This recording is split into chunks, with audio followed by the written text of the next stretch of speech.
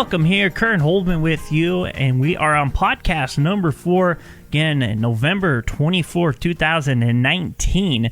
Today's show, we're going to go through some local sports throughout the weekend, heading into the NCAA Division I games, as well as some NFL games that have gone on today.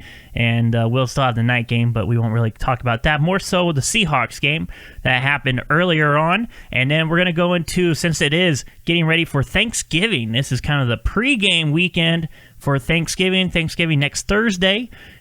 We are going to go through and kind of go through my favorite Thanksgiving movies. Now, some of them might be pretty obvious. Thanksgiving movies, there aren't a lot to choose from compared to like Disney, or not Disney, but Christmas and Halloween movies and stuff like that. Thanksgiving is really a holiday that doesn't have many big name movies to it. There are a few, and there are a few that you might think of that movie. I didn't really think that was Thanksgiving, but it did happen on Thanksgiving, so I kind of consider that into my choices. So we'll talk about that afterwards, kind of wrap up the show with that. There are some ones that are obvious, and there are some ones that, kind of, wow, I didn't know that was a Thanksgiving movie, but it is a great one. So we will talk about that. Again, in my list of Thanksgiving movies, not quite enough to make it 5, but we do have 4 movies, so we'll talk about that at the end. But we'll jump into local sports here. Again, Vern Entertainment, podcast number 4. We're still kind of thinking of a name, but, I kind of like just the VE podcast, just going with that. But if a name does spark up here in the next few months, we will decide on that. And if you have any suggestions, if you listen to this again on YouTube, and then we'll put it on Facebook, we're working on getting it on Spotify as well, so that'll be in the future. But YouTube, you can listen to it, and there'll be a link on our Facebook page, as well as on Instagram. We'll put it on there too. But again, you have to kind of listen to it or follow us on Facebook or Instagram to get those podcasts. Or you can go to YouTube to our Vern Entertainment page, subscribe, and then you can listen to the podcast when they arrive.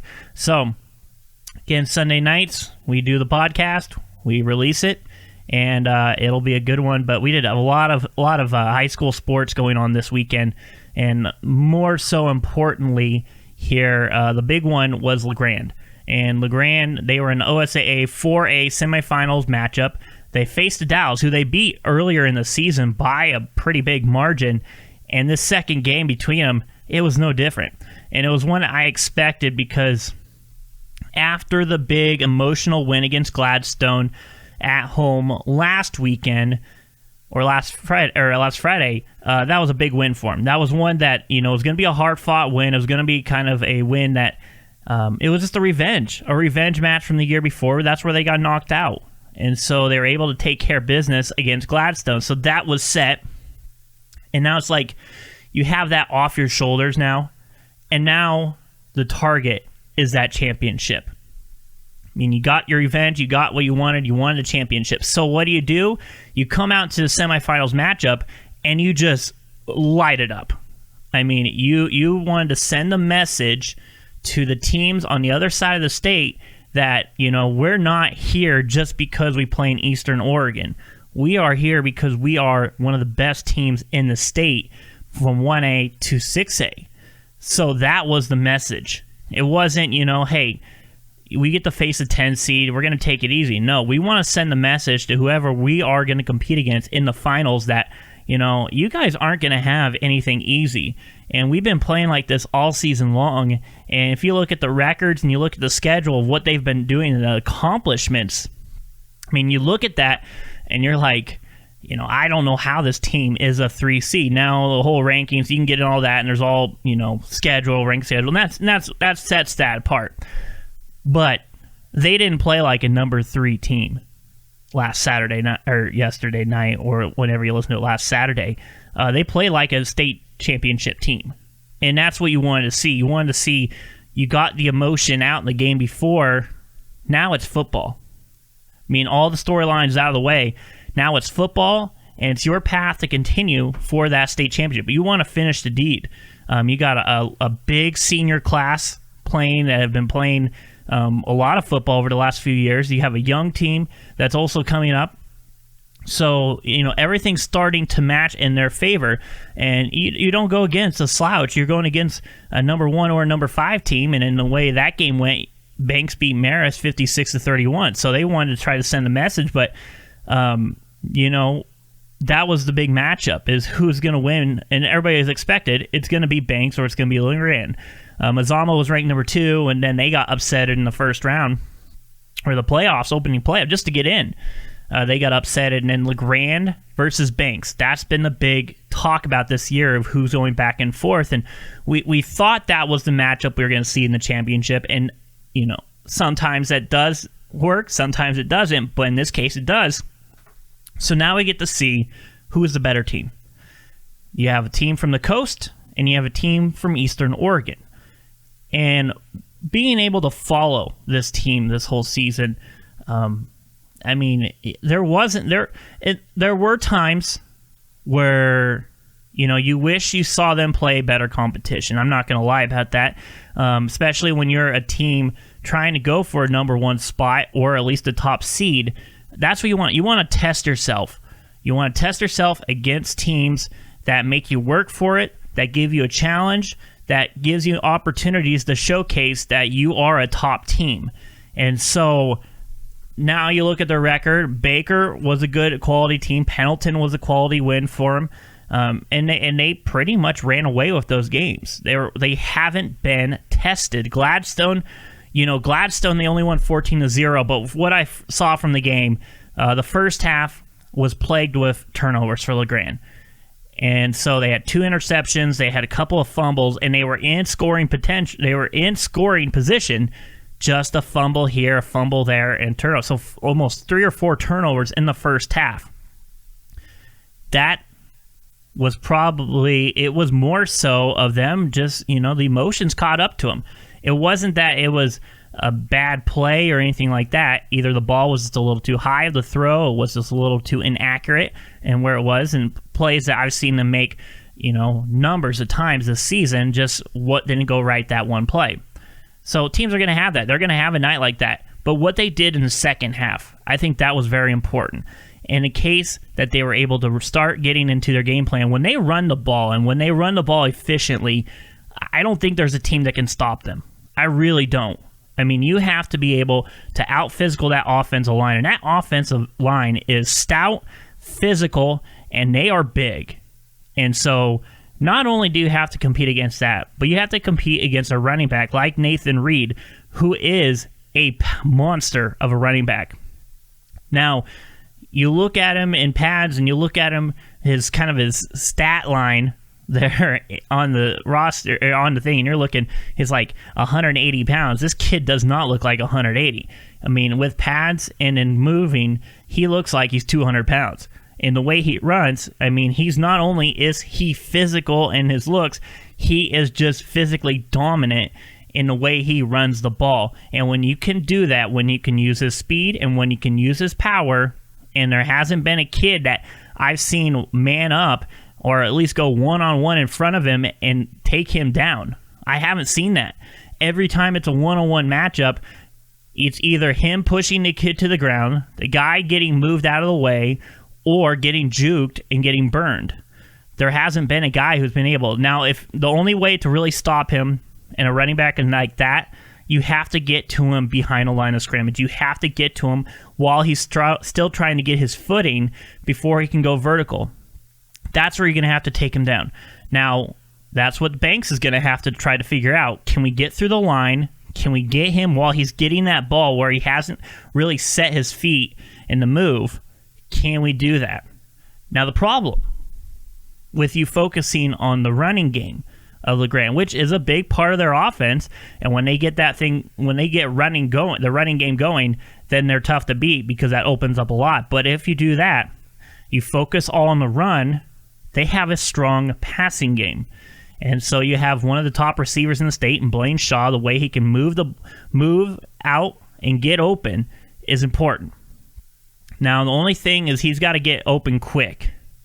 If you're going to rush and you're going to try to cut off, you're going to have to get him open quick, because then when he gets the ball, then he can really use his speed, because once he gets going, there's not many people that can catch him.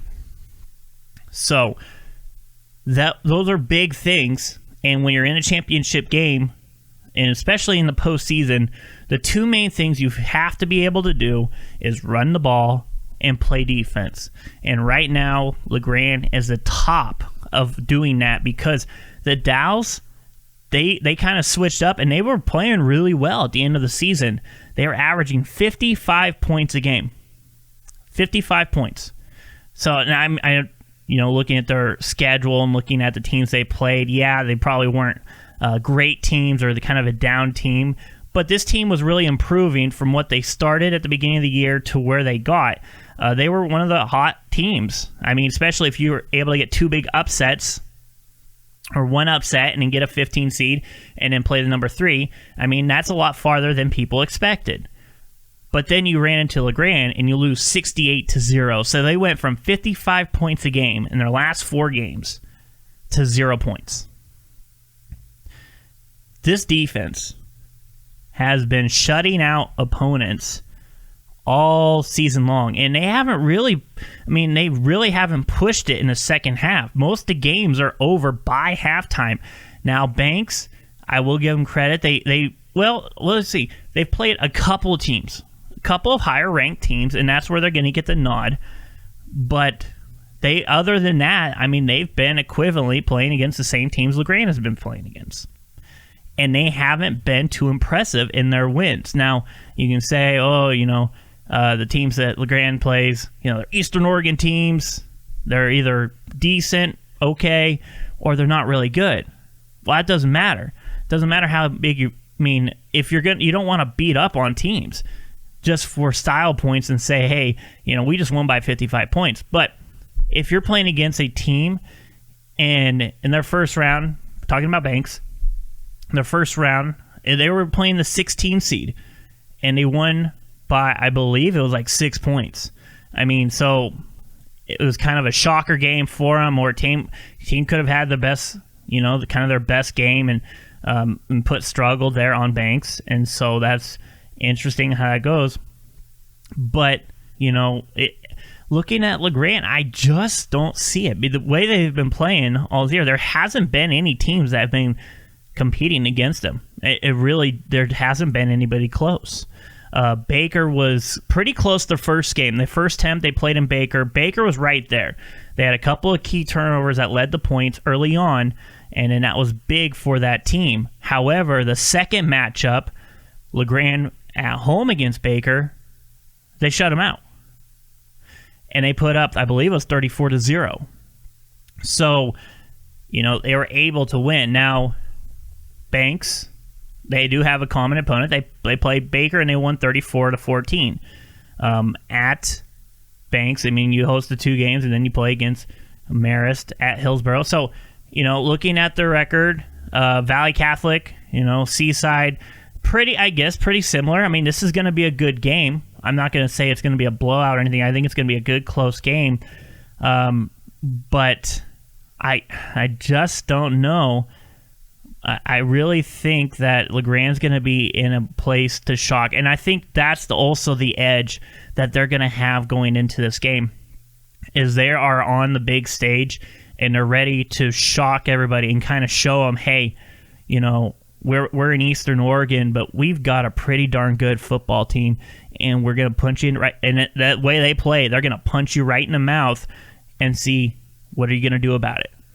That's the mentality this team has had this season. We're going to put you right in the grill, and what are you going to do to respond?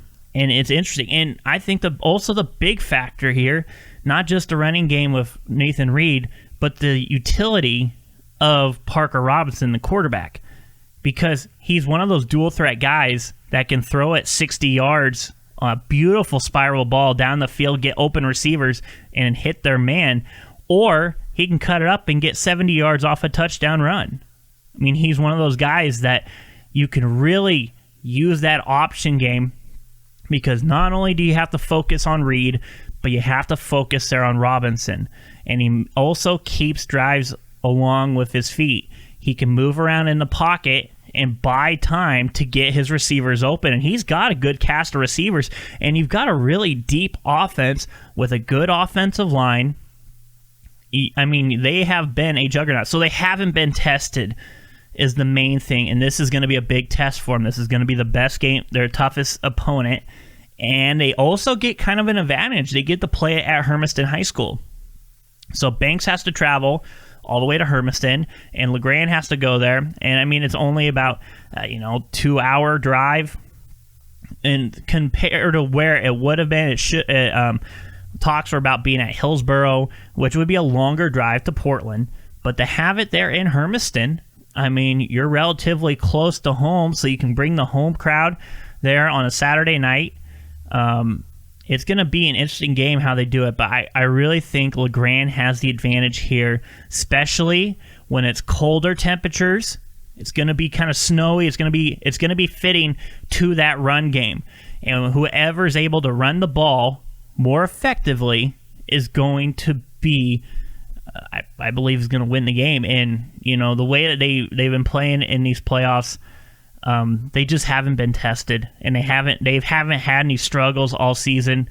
I mean, I'm looking at Banks' record, and I mean, again, both teams undefeated, both teams having a good season, both teams, for the most part, haven't been tested, other than probably, the first matchup for Banks, they played at Marist early in the season, and they won that one by 5, so that was their closest game, other than the Marshfield one, which I think was a surprising game. I think they just got surprised, and especially when you're in there, you're the 1 seed, you've got the target on your back, and so you got to embrace it. But they are able to find out ways to win, and that's what teams do. If you're that high caliber, you got to find a way to win games.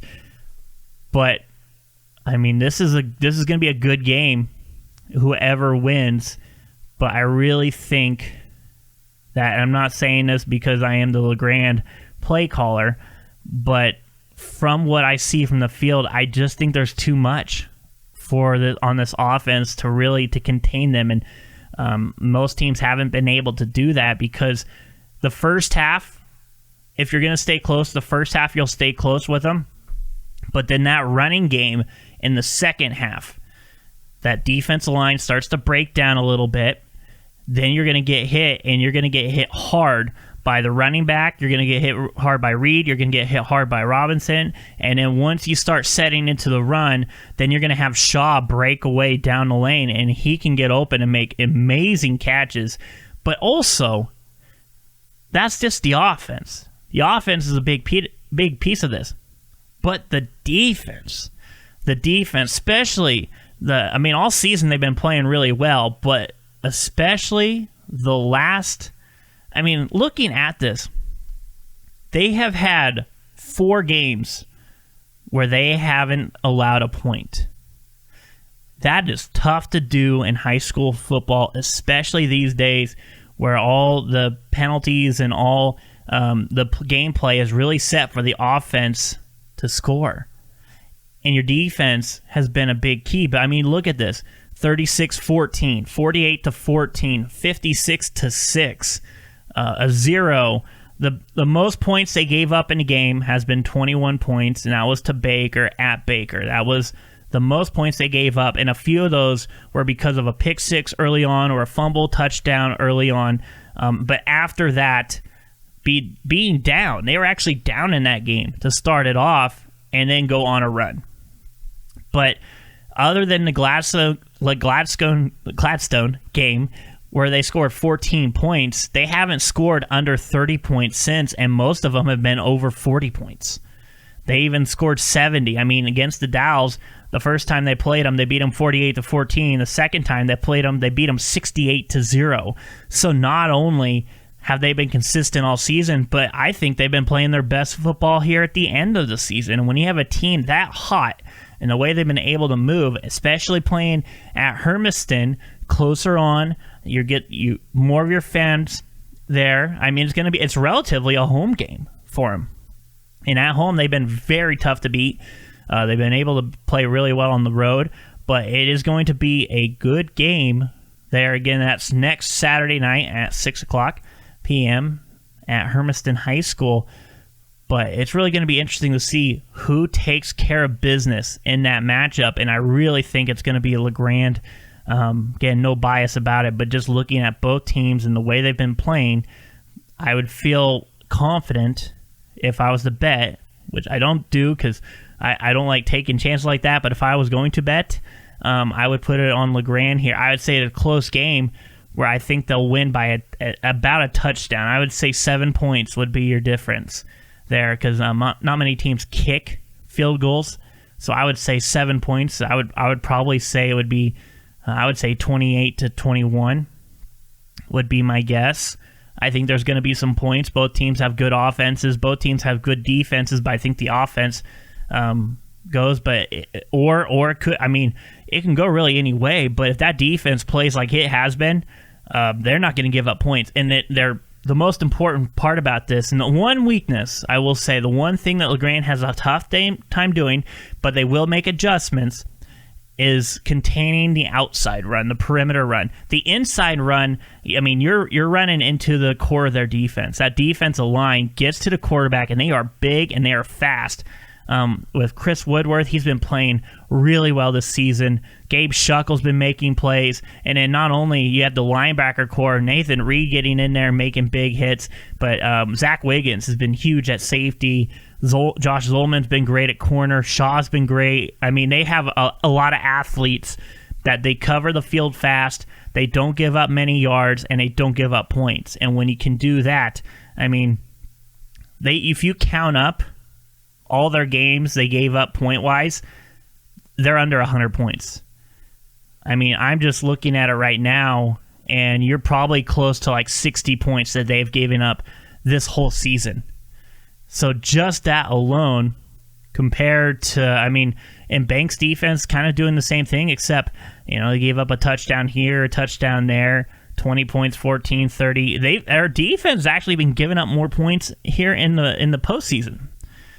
So I'm just interested to see how this one goes, but I really think that for LeGrand making it here to the finals for the first time, I really think that they might be the underdog in the viewers' eyes of the people that kind of follow it up, but I would say they were actually the favorites, the way they've been playing. But again, it's just the way you see it, you don't really see. It's hard for us to see because, when you have a team that plays on the coast, team that plays in Eastern Oregon, you're not going to get much of a chance to see how they play or see them during the season. So the only time you will see them is in the postseason. You'll get a tape and you'll kind of see. But, for me, I can see all season of LeGrand. I haven't been able to see all season of Banks. So, it's just tough to see. But I think it's going to be a good game. I think it's going to be close. But I really feel that LeGrand's got everything going right now. And if they can get that running game going early and get a lead, then they can put up points in a hurry. They are so quick. And then when they get a lead, that defense lights up. It's going to be a tough battle, but I really like their chances in this game. So other than that, we do have some local teams that have been moving on. Some 1A teams and or 2A teams, actually. Hepner's been playing well this season. They get to take on Kennedy, and I did get to see Kennedy early on after I called their playoff game against Grant Union. And Kennedy is an interesting team. Now, Grant Union had some opportunities. I think if they didn't make a turnover in a couple of spots, they had a real chance of at least staying with them to the end. But turnovers has been huge, and then they gave up 2 fourth-down plays that resulted in touchdowns. Especially they were like 4th and 20 and 4th and 15. So if you take away those, I mean, it was a pretty close game compared to 2, as Grant Union was the 16th seed, and they're a young team, so I think they'll develop. But Kennedy, they had a close win against Monroe, 15-12, and Hepner, they took care of business against Napa. They're at Hillsborough, 55-18. And so they were able to see what this Hepner team, and they have been playing well all season long. And so that is an interesting matchup, and it's another one. You have a Portland school or a Salem school in Kennedy, and you take on another Eastern Oregon school in Hepner. And Hepner actually has a really good reputation of a really solid football program. They have been there for a while. So it's not so much of a surprise seeing Hepner the way they keep going, because a lot of their players do end up heading over and playing at Eastern Oregon University. But I'm interested to see how that one rolls out. But it's going to be a good matchup. But I think if Hepner can get things rolling early, that's their main thing, is getting everything going early. If they can do that, that could be an interesting game. But I think Kennedy's the 1 seed. They've got a tough team. They've got really good running backs. I think that's the main thing. A quarterback that's pretty mobile, and he can throw it down the field. He has 2 targets that he likes to get to, that if he can hit them, they can make some big plays. But their running backs, definitely the core of their offense. If they can get things rolling out, they're a tough team. But I'm interested to see how that one rolls, how that one goes. But Hepner, I really like their chances in that one as well. Then we had Burns. They get knocked out by Santan Christian, so 3A, not much here in the Eastern Oregon side. And then, the closest one, we do have Adrian Jordan Valley. They've been rolling all season long. They go against a tough St. Paul team. That's going to be a lot of points, I think, in that one between the two. So we'll see how that one rolls out there in that 1A matchup. Then 6A, we don't have anybody Eastern Oregon-wise, 6A, and they will have their semifinals and then the finals the week after here. So again, this upcoming Saturday, a lot of good football there from 1A to 4A here from the Eastern Oregon teams, especially in the 2A championship and the 4A championship. So going to be a fun Saturday there for that one in Hermiston. Moving on over, EOU. EOU's had a lot of good programs here, and they've been making it to the Nationals this weekend. Both the men's and the women's soccer teams competed, and the men's soccer team made it to their first NAIA national championship kind of playoffs, and they had a heartbreaker there in that first game. But what they've done with the program and what they were able to do from last year being a competitor and now getting through that conference tournament with some big wins, and I mean ones that were down to the wire. You had to grind it out. This team and this program has really developed into one of the top programs here in the West, and I expect big things out of them and what they're able to do. And now getting once you get to that national level where teams, you get players that are seeing that and like, hey, you know what, I can go play for them and get some really good time, be at a great program, great school, and have opportunities that they can provide me. Why not go play there? So, Eastern Oregon becoming a pretty good soccer destination for both the men's and the women's. And the women's advancing on, had a really tough match up against John Brown in Arkansas. And that game, down to the wire, you go through both overtimes. So now you're playing penalty kicks, and they win it 3-2 there. So they will advance. And their next game, again, they got to play in Alabama. So, I mean, a lot of traveling, but they will keep on moving up. But their next matchup will be against Central Methodist on December 2nd there. So they get a little bit of a break here. They get kind of the week to celebrate Thanksgiving, come home, rest a little bit, practice up, start game prepping, and then be on the road and on the plane there for December 2nd. So we're excited to see how they will advance. But again, a lot of good soccer there from Eastern Oregon University. The cross-country teams also competed on Friday, and so they got to be in Vancouver, so a little bit closer. But yeah, they did a great job there as well. And then volleyball, they got a bye, so they got to advance all the way to that national tournament. That's in December. So Eastern Oregon University fall sports have been very successful, and the volleyball team has been strong, and the women's soccer team has been very good here. In the last year, they made success, and they were moving on, but now they get to compete and do the same thing here this year and see if they can push it even a little farther there in the tournament. So excited to see how that one goes. Again, the men's program, congrats. They had a great season, got to do a lot of first-time ever program stuff, accomplishments, and it's just a start. I mean, that's the thing. It's just now you got the start going, and now you're going to bring in the recruits and keep advancing. And so next season, I'm excited to see where they go from there. And basketball is just getting ready to roll out. They had a few games, so kind of getting your pregame tournament stuff. You're getting the season going before you get into conference play and some of these bigger games. So both teams doing well, men's and women's, and wrestling programs doing well. So just EOU sports in general have been really successful here this season, and they'll keep it going in the winter. Now we're jumping into college football.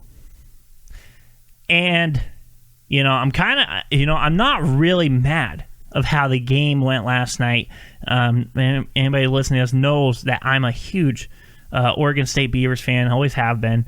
And I like the Cougars. So it was a game where it's like, you know what, that was the game I wanted to see. I didn't want to see a 30-point blowout. Yeah, I mean, and there's a lot on the line for Pac-12 and for those two teams, both going to the game 5-5. And, the funny thing is, Oregon State wasn't supposed to be at that spot. They weren't supposed to be 5-5. I mean, if you looked at the program and the way they developed, you're thinking, we could compete for a bowl game probably in 2 more years. With Jonathan Smith taking over the program, working his system, getting his players involved and rebuilding it the way he sees it, rebuilding it like the old Oregon State culture where football was a big deal.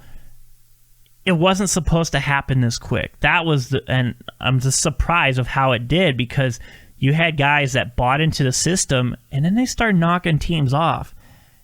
And they're actually one of the few teams to win, like 4 out of the last 5 games. Or they're actually one of the few teams to start the season 0-2 and win 5 games. So, just you got to look at that system and the way they've been playing. In last night's game, a heartbreaker, because you really want them to, get that bowl bid before the Civil War game, where they're going to have a really tough game in Autzen. But, thinking about how Oregon's been playing this year, they're really good at home, but, they've had a lot of close games, and they're beatable. I really think they're beatable because they have a tough time guarding the pass, and Arizona State upset them, so now you're going to catch them after a loss. They're going to be pissed. They want to be back at home. They want to try to go for a big point. So a lot of emotion in this game. And it's a Civil War game. So you can really throw out the records and say Oregon State versus Oregon. Now, Oregon has had the better. They've won 10 out of the last 11 games between Oregon State. The last win for Oregon State was a few years ago when Oregon kind of had that down season, and Ryan Nall just went crazy in that game and just couldn't be stopped. But I think it's going to be a lot closer game than what people will think. Now, the spread-wise, they might say Oregon by like 15 or 16, but Oregon State's offense has been playing really well this season. Now, the defense actually had a really good game. I thought, well, other than the last few minutes, they made a lot of big plays in that Washington State game, between the fumbles, they had a lot of things that went their way, between the onside kick that resulted, and they were able to capitalize. I mean, defense made some big interceptions. They made it, but the tough thing is when you're going against a offense like Washington State, you have to be able to guard that pass. And Oregon State just had a hard time. They're more fitting and they're more used to the run balance. That's where kind of their strength is trying to stop the running backs. Well, I mean, I wouldn't say it's much of a strength, but it's just more to their fitting. But guarding the pass has been tough for them this season. So the defense struggled a little bit, but I like the play call. A lot of people are saying, well, 4th down and 4. If you get the first down, but you got to punt it. Punt it away and make them go the distance field. Washington State, the distance of the field doesn't matter. Like, back them up 20 yards because the punt's going to go in the end zone. It's going to be a touchback, and you get a 20-yard at the 25-yard line. But I love the play call. I love that you have a coach that's willing to put the ball in your hand. Now you're saying to yourself, do I trust my offense or do I trust my defense at that point of the game? And the way the offense has been playing, 4th and 4, you have a tight end that can make plays. You have one of the best receivers in the Pac-12 and actually in the country in Isaiah Hodgins. You feel good that, you know what, I'm just going to let my guys do what they got to do. 4 yards, we'll try it. And the defense has been playing well to the point. And if we don't get it, we're going to have to guard them. But why not go for the win? Why cave in and give them the ball back like they wanted to? Why not get a first down? Because if you get a first down, the game's over. No timeouts. Washington State just going to watch the clock. So, and the play was good. It was a good design play. It was right where they needed it to be. The pass maybe was just a little too high, but the way I see it, the ball goes in both hands. You've got to find a way to bring it down. Now, a sophomore tight end made a big catch earlier in the game, so you're thinking, okay, this guy, we feel good giving him the ball because he is a big mismatch, and he used to be a basketball player, so he can jump up high. So if we throw it high, size-wise, we're going to have the advantage. Let him do his own thing. And the pass maybe was a little too high, but if it hits both hands, you got to find a way to bring it down. And it went into his palm, so it's not like he was just tipping it.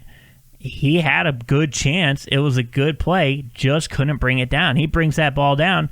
Everybody's thinking that's the greatest play call of the season. Now they're like, well, he should have punted it. He should have. No. You know what? I really dislike not having any faith in your team. Not saying, you know what, I'm going to go and I'm going to give the ball to the guy, or I'm going to give the ball to the guy, and I'm going to let him make the play. I got to give him confidence, because if you don't give your player confidence and saying, I believe that you can do this, or I trust that you'll do this and get this for us, then what are you telling him? You're telling him that, you know what, yeah, we're going to play the advantages, and we're just going to say, hey, it was punted. I don't think you're going to do it. Now, and the game has changed. It really has. Yard-wise, it doesn't matter anymore. These high-powered offenses, they're putting up 400, 500 yards a game. If starting 20 yards back isn't going to make a difference, because they still have it at their own 40 if they didn't get the first down, which they didn't. But they got it. They still had to go 60 yards. I'm going to back you up 20 yards. That's maybe a play. If you look at their offense, a lot of their receptions were for over 15, 20 yards. So 20 yards is really nothing, the way they move the ball, especially when you're a passing team. It's just not going to do anything. So why not tell our guys, hey, let's go win it. You know what? We're not going to back down and say, hey, let's just punt it. I love the call. I love the gutsiness of a coach that's willing to trust his players and believe in them and tell them, hey, let's go get it done. You know what? The ball is in your hand. Here is the play. I believe that you'll make this happen. Give it your best chance. And if it doesn't, it's not the end of the world. That's the other thing.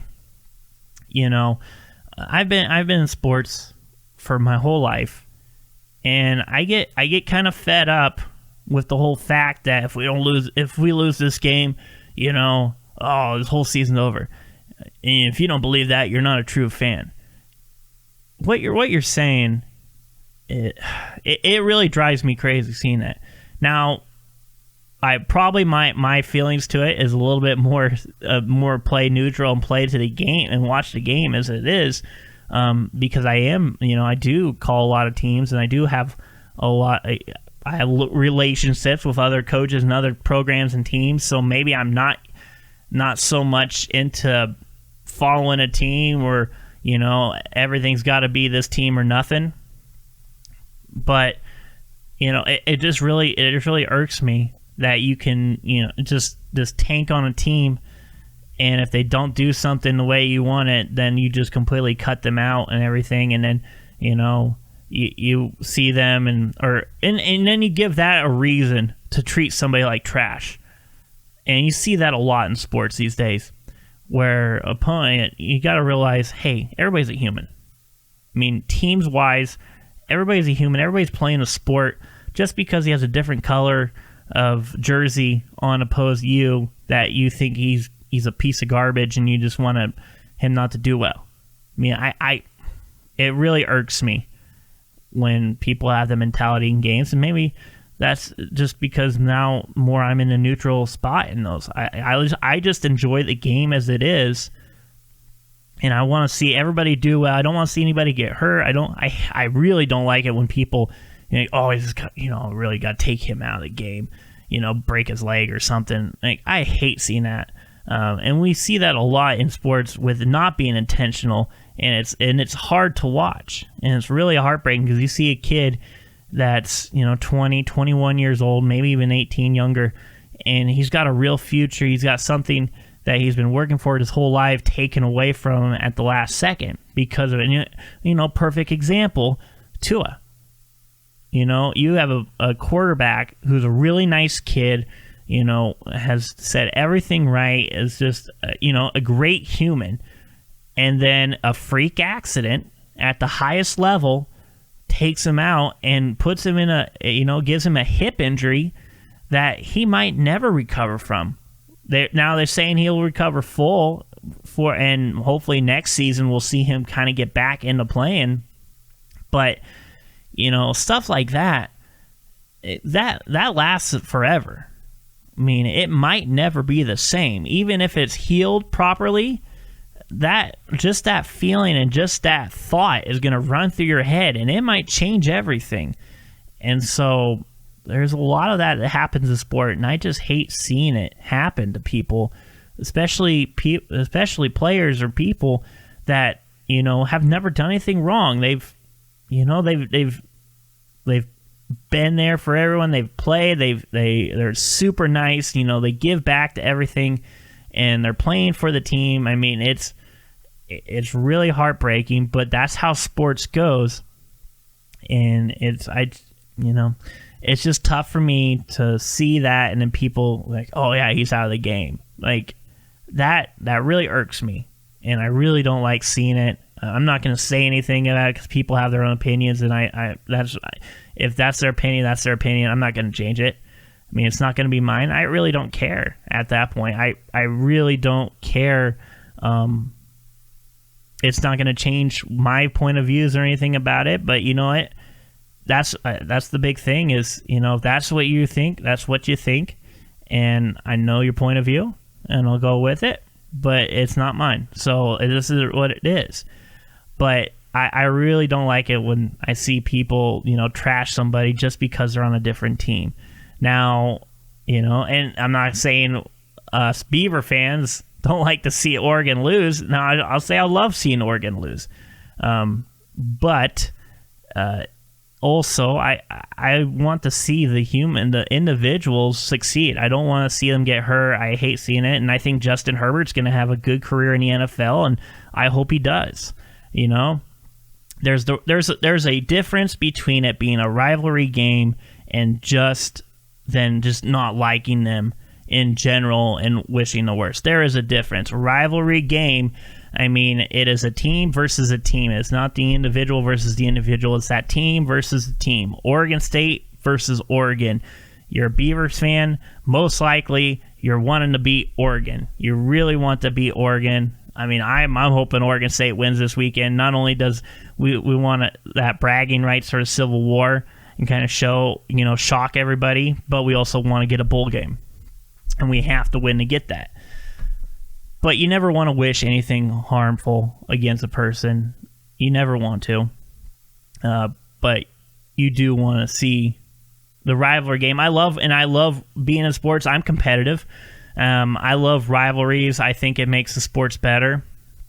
But you don't want to insult the person, but you do want to beat them. That's just how I think. That's how you got to look at it, is team-wise versus team-wise. Because it doesn't change a person if he went from one team to another. I mean, you could have somebody that played against you your whole life, and then you could be their best friend after sports, and you're like, "Oh, I'm sorry, I was kind of an asshole to you because you're on this team." And in the heat of the moment, that might be true, but after it, we're all people, and we're all similar. So It's just how it is in sports. And but you got to love the rivalry and competitive about this. And competition, you play the sport because you want to go out and beat your opponents, and you want to win. You want to be the best, and that's kind of the feeling to it, the competitive nature of it. But you never want to see anybody get hurt, and you never want to see anybody, have a bad life about it. You want to see them succeed, and I've always believed that. And and the more so that I got into doing sports broadcasting and following different teams, calling for different teams, you kind of lose sight to the teams that you're calling, and more so wishing that you're just wanting to call a good game and you want everybody to succeed. That's what you get from it. So you're not drawn to just one team. You're calling multiple teams. You're seeing multiple people, and you're making these relationships with multiple people. So you want to see more people succeed. That's all it is. And so that's just what I want to. I like seeing these college games, and yeah, you want to see teams lose. I'm not going to lie. You want to see teams lose in the favor of your team getting a better spot and chance to play for a postseason game. But you also want them to succeed in their personal life. But that game against Washington, Oregon State, one of the most entertaining games I've seen, and a lot of drama. I mean, Oregon State scores 28 points in one quarter. The fourth quarter, they scored 28 points just to get a lead. And then Washington State, I mean, between Mike Leach and you give him 40 seconds, I mean, he can make a lot work for his team. And also the kind of the gutsiness to run it. Pass it all the way, and then you got 2 seconds left, and you run it. And that was another great call. That was a great design because Oregon State was looking for the pass, and they've been stopping it in the goal line. But you give the ball to Max Borghi, and Borghi was the guy that came out the week before saying, hey, I always want to let you guys know I might be the young guy here, but don't sweat it. We're going to win this game. And to give him the ball to score that touchdown not only gave him what he wanted to, but that game, I like watching the Cougars. I do like their program. I like their team and everything. And he is a really good player. And I would say comparison, maybe not the skill level yet compared to, but a similar running back in the style to Christian McCaffrey, just in the way that they are able to play out of the slot. And now McCaffrey is more of a receiver running back in college, and now he's more of a receiving running back out of the backfield, which is what Borghi is at Washington State, because you're not going to truly run the ball there for the Cougars. Most of your runs are technically little passes out in the flat. But they do hand it occasionally to him because he's one of the running backs that they felt more comfortable. And a young guy who's very competitive, who's very confident in himself. And I think he's going to be a real star there in college football, and we'll see if he plays on Sundays. But he's got a real opportunity there in offense. And again, being a younger guy on that team, he's going to have a few years to develop. But he's already made a lot of big strides here this season for that team. So it was a great game. We still have one more. And Oregon had the upset against Arizona State on the road, but at home they're very tough.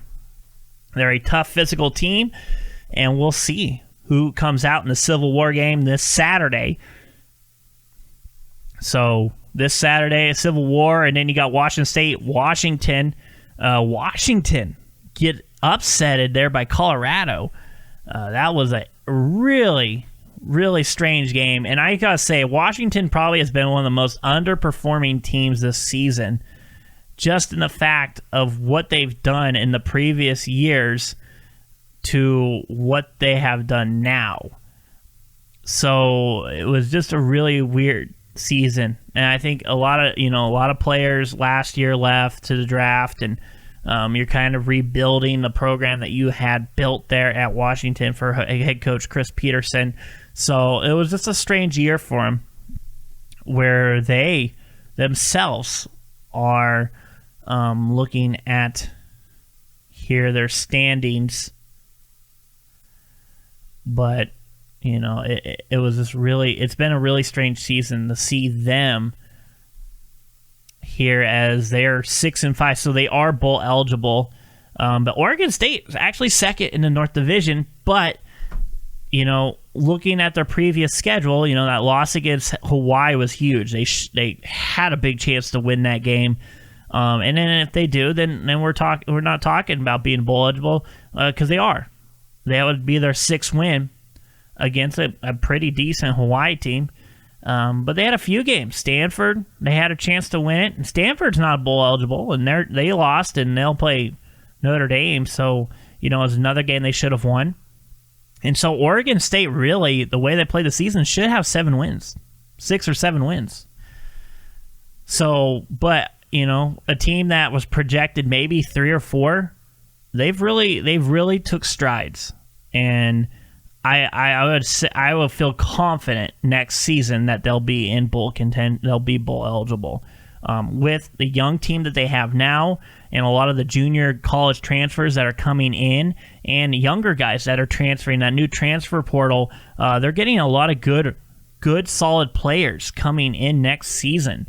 And so this Oregon State team has been kind of the big story in the way they've built up their team here this season and to the program in the future seasons. And they've got the coaching staff. Now everybody's kind of on board. The players are buying in.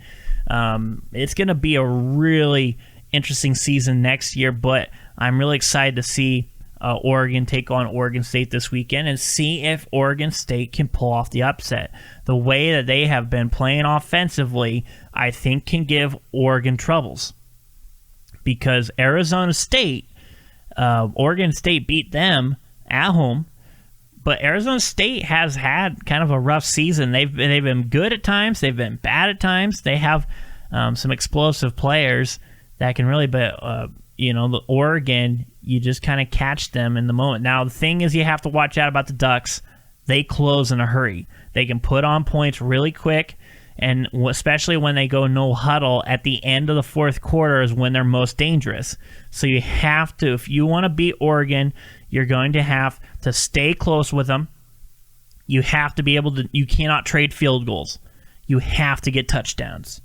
So you have to go for it on 4th downs if you're near a spot where you can get a touchdown. You have to get those. You cannot give up opportunities. You have to force turnovers, capitalize off turnovers, and on your offense, you have to take the ball, eat clock, and score. Oregon State's offense can do that. Defensively, now that is where I want to see where they're at, because if Oregon gets their offense going early, that will be very tough for Oregon State, because then you're forcing the offense to keep up with them scoring-wise. So, having to be able to do that, I think it's going to be a very competitive game, and I want to see if Oregon State can hold up, and then if they do get a lead in the 4th, close it off. You cannot give up opportunities, and you cannot play soft defense. You have to be in the face. You have to watch out. They can score in a hurry. Doesn't matter how much time you give them. They'll find a way to get that ball in the end zone, and you just have to make plays to hold it off just a bit. So we'll see how that one goes. Seattle picks up a big win against Philadelphia today. Not going too much depth about that. Against Philadelphia, they've had a struggling season. They're 5-6. Seattle moves to 9-2. Rashad Penny had the best game in his career so far, 2nd year in the NFL. Big scores for him, and so this defense really showed up. Even with Clowney inactive with an injury today, they were able to capitalize. They're able to play good defense, really hold the Eagles' offense in bay, and offense that's really struggled here and don't have a true playmaker on offside of the ball. You have Carson Wentz, trouble fumbling, forcing turnovers, and this defense have really kept him in check. And then the offense, you just got to keep the ball going and keep what you can do to win the game, and that's what they do, especially on the road. Hostile environment, playing at Philadelphia is never easy, and so being able to run the ball with Penny, get him going to the end zone, and then you have the trick play there, So for a touchdown early on. So stuff like that. Good win, good solid win. Keep your record going, 9-2. The thing is, in that division, you're going to have to be over 10 or 11 wins just to have a chance for the playoffs between Seattle and San Francisco. And they're in that night game that's about to go on here. So it'll probably, by the time this is over, it'll be close in that game. But, big things in that Northwest that they're going to have to play for in that NFC West.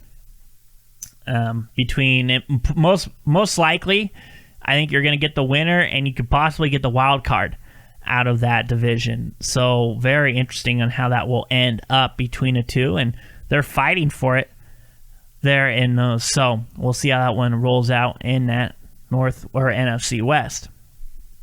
Now, here's the moment you're probably, after 55 minutes of about spilling into sports, here's the moment you're thinking of after the intro. I told you I was going to go over my favorite movies. I'm not going to go into a lot of depth about these movies, maybe a little bit into my number one or number two. And so we'll just go down. I've got the list right here. I thought about it really hard. I kind of had to go back check these, make sure they were Thanksgiving movies, and so much in the part that the event actually took place during the Thanksgiving time, and so they did have a Thanksgiving dinner. That was my main thing. If a Thanksgiving dinner happened in the movie, it's a Thanksgiving movie. So, 4 movies out of a list I was looking at that really stood out, and ones that I've watched multiple times. That was the main thing. Is it something that if I saw it on, I would tune in and watch it? And would I watch it kind of just for the fun of it? Those were really my categories of watching them. So, most of these movies I've seen a lot. And so, number 4. Now, if you don't recognize this name for any of the younger people listening, Pauly Shore. Pauly Shore was huge in kind of the late 80s, early 90s. In his movies, stand-up was going big. He was known as the Weasel, and had a lot of movies. I mean, you had in the Army Now, you had Encino Man, you had a few Pauly Shore movies, Jury Duty, which people didn't really like. I thought it was hilarious, but Pauly Shore was kind of taking over that scene in those kind of movies. Biodome was another one I watched a lot. A lot of the, kind of portraying that kind of that numbskull kind of character, which maybe you look kind of the stuff he's done in real life, not very different, but his newer stuff. And so my number 4 movie, Pauly Shore's Son-in-Law. Now, the whole premise of this movie is that he's friends with this. He's either roommates or he's friends with this lady at college, and so she's going back home on the farm for Thanksgiving break, and so he tags along, and he's of course he's kind of the city guy. He's never barely been on a farm or anything, and so she takes him back to the farm. And then, of course, Pauly Shore movies, he just starts going off. I'm doing all these weird things. And kind of these new introverted things of doing farm tasks and kind of being annoying like he is and stuff like that, but in a really funny way. And I'm not going to spoil the whole movie, but again, it's a really funny movie. Thanksgiving is the premise on it. And so it's one of those movies that if you really want, kind of, it's not, I wouldn't quite say it's a stoner movie, but if it's really a, movie, it's laid back, there's comedy to it. You're having, a couple people over, especially if you're kind of having like a retro 90s night. And again, 1993, so about the same age. It really is a 26-year-old movie, same age I am. So same year. It's a really funny movie. Again, I love the older stuff. I like watching all the old movies, and all these movies are older movies. They are definitely before 2000 in that case. So any of the new listeners, younger age, go out, check out these movies if you haven't, because they're real classics. Now, number 3, moving on, and now this did take I will say this might not be a technical Thanksgiving movie, but it did take over Thanksgiving, and there was Thanksgiving dinner. And it was in kind of the premise and the time frame. And of course, I'm talking about this set 1970s hit, Rocky. One of the best sports movies of all time. Really a breakout movie for Sylvester Stallone. A movie that I've watched a lot. I mean, we used to. So when I was younger, in my younger day, I have 4 brothers, and we had these black mittens. So they were kind of, the snow mittens. So they're like the snow gloves that more of a Velcro-y kind of glove that really burns. Anyways, we would watch these and we'd use those as boxing gloves. We didn't have boxing gloves at the time, so we used those. They're really thin. They're not really padded, but they're better than your bare hand. But they were able to use for boxing. And so we would watch the movies, and we would box with the movies on the background. We would all put on gloves, and we wouldn't hit hard, but with 4 brothers, sometimes it got out of hand just a few times. And it wasn't so much that hurt from the punching, more so from the fabric on the glove burning your skin. Because they kind of, when you didn't really hit hard, but they could drag, and then it would really hurt and leave a rash on your skin. So we did a lot of stupid things like that. Not one God, but we did get boxing gloves.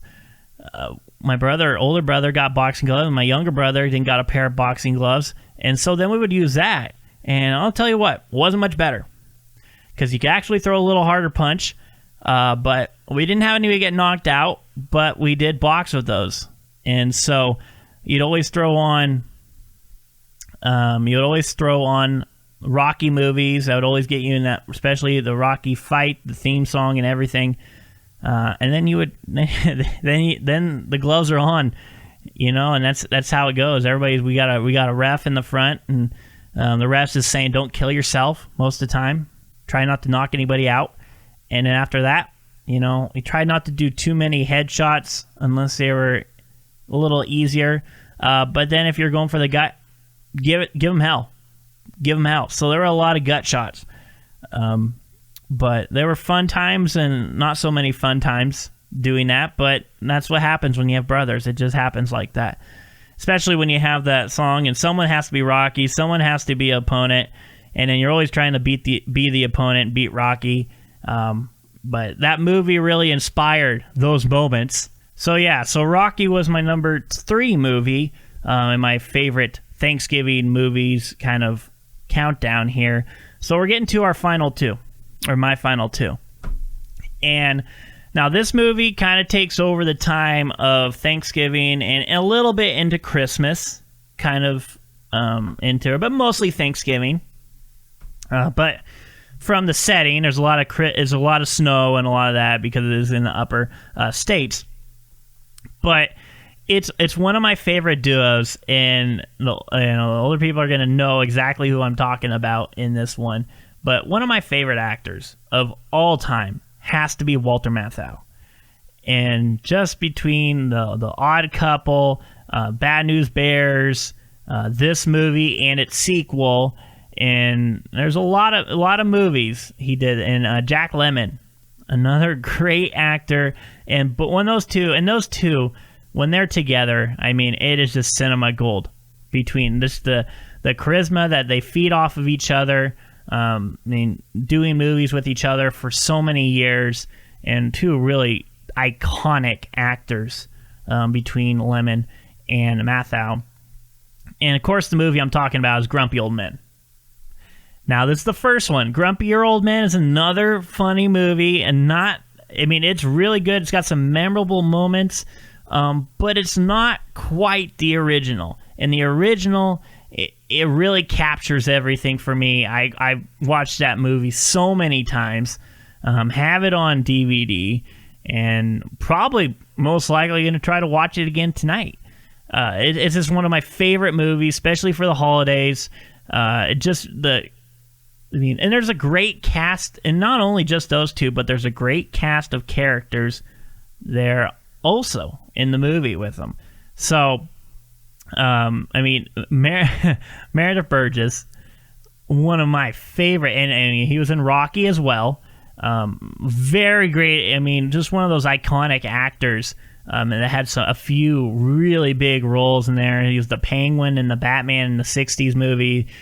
He was, Mickey, the trainer in Rocky, and he had a few other roles. Twilight Zone, he had a really big role in that one episode, but it was one of those ones that's been kind of an iconic episode out of the series. But here is Jack Lemmon's dad. Just one of my favorite characters. And he had so many funny moments in there because he's kind of that wild great grandpa or wild dad per se in that movie.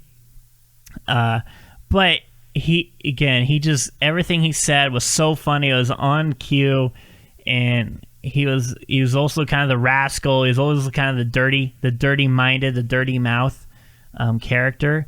But such a great character in those movies, and just a really great movie in general.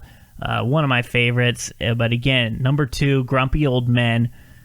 Just a fantastic movie for the holidays or any time of the year. Now, number 1. And this one, probably one of the best, probably one of my favorite movies of all time.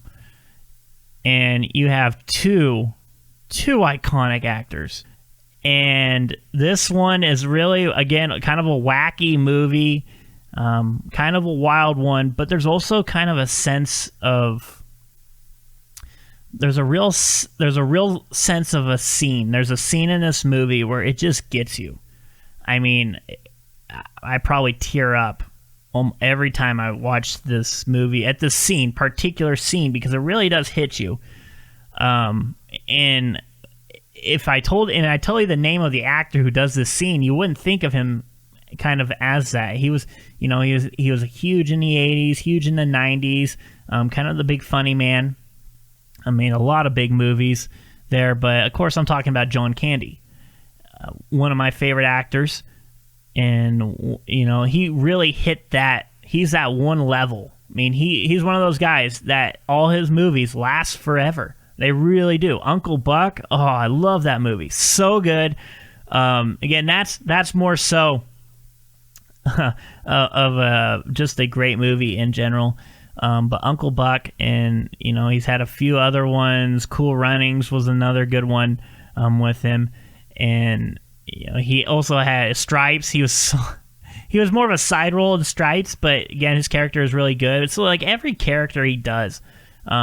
It just really, it just so good. And then, of course, Steve Martin. Steve Martin, another one of those guys that he's kind of that icon. If you think of comedy movies, he's really there at the top of the list of guys who's done it forever. And so you have two high-name actors like that in a movie. And, of course, I'm talking about Planes, Trains, and Automobiles. It's just a funny movie. Again, a lot of the scenes are memorable scenes that are used for since it came out, has been used all the way. And again, it's always on TV. It's always one of those big movies that people have to reference. But it really just a great Thanksgiving movie, just a great movie in general, great comedy movie, and one of the highlights of both of those guys' careers, really put them on the map. But the chemistry between the two, it's probably got to be one of my favorite performances of a duo, kind of a lead role in a movie. Just the way those two kind of go back and forth with each other, and how the just so many memorable scenes in there between the car melted down, and they're always used in like movie trivia. There's references to the movie in those. There's always questions about it. Just an iconic movie with two great performances there by Steve Martin and John Candy. So again, a really great movie for the holidays, kind of a light-hearted movie that really just non-stop laughter. It's not them really doing super crazy stuff, but it's just a way that they can capture the moment and give you that feeling, but also throw in a really good sense of humor. It's just a really good movie. And so every time I see that on, I have to stop and watch it. There's no way around it. It's just a really solid movie all the way through. Again, kind of a light-hearted movie. It's got its dark parts and sometimes dramatic parts, and you're kind of really feeling for the characters. But every movie I think that's really can do that, where not only you can laugh, you can cry, you can relate to it. If it can capture all those emotions, it's a really good movie. And so this one is top of the list for me. Thanksgiving movies, probably one of the top movies I recommend. I'll watch it till the day I die, most likely. I mean, it'll carry on. It'll last. It's just a really good movie. Premise and everything, and it's just one of those ones that really highlights Thanksgiving and the holidays. So there we are for my favorite Thanksgiving movies. A lot of them are probably in my top 25 top movies. I mean, I've seen a ton of movies. I have a ton that would be there. It'd be hard. I would say it was easier to put this list together than if I had to put my top 10 movies. That would take a lot of thinking and a lot of time to really narrow it down and digest in there. And maybe in the future, I will do that. We'll have to get a few people on to converse about that one, because it would be an interesting one how that one roll out and kind of do that. But so good add on there. Again, my top 4 favorite Thanksgiving movies from 4 to 1.